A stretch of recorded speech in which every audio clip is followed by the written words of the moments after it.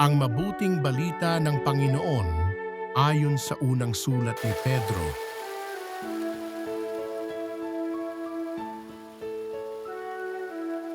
Mga pinakamamahal ko, pagpapalain kayo ng Diyos kung kayo'y maparusahan sa paggawa ng mabuti.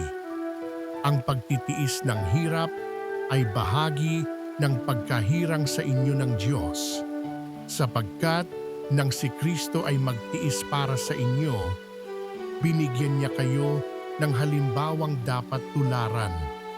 Hindi siya gumagawa ng anumang kasalanan o nagsinungaling kailanman. Nang siya'y alipustain, hindi siya gumanti. Nang siya'y pahirapan, hindi siya nagbanta. Nanalig siya sa Diyos na makatarungan.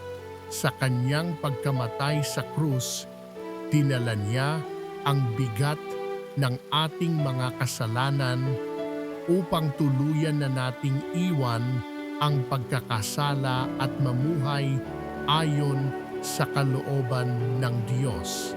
Kayo'y gumaling sa pamamagitan ng kanyang mga sugat, sapagkat nagkawatak-watak kayo gaya ng mga tupang naligaw, ngunit tinipon kayong muli ng pastol at tagapangalaga ng inyong mga kaluluwa.